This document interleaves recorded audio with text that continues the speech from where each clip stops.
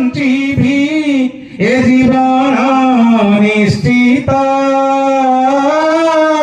কে জানি কাহার আজি মৃত্যু কাল হইଯିବ উপস্থিত।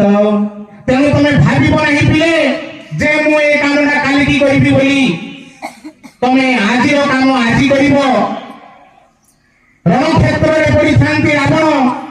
ଭଗବାନ ରାମଚନ୍ଦ୍ର ତାଙ୍କ ପାଖକୁ ଗଲେ, କହିଲେ ହେ ମହାଜ୍ଞାନୀ, ମନେ ରଖିବେ ସବୁଠୁ ମହାଜ୍ଞାନୀ ହଉଛନ୍ତି ରାବଣ। ହେ ମହାଜ୍ଞାନୀ ପଣ୍ଡିତ, ଆପଣଙ୍କ ପାଖରୁ ମୁଁ ପଦେ ରାଜନୀତି ବିଷୟରେ ଶୁଣିବା ପାଇଁ ଚାହୁଁଛି, ମତେ ପଦେ କଥା କୁହନ୍ତୁ। ସେ କହିଲେ ତୁମେ କେବେ ଆଜି କାମ କାଲିକି ରଖିବ ନାହିଁ।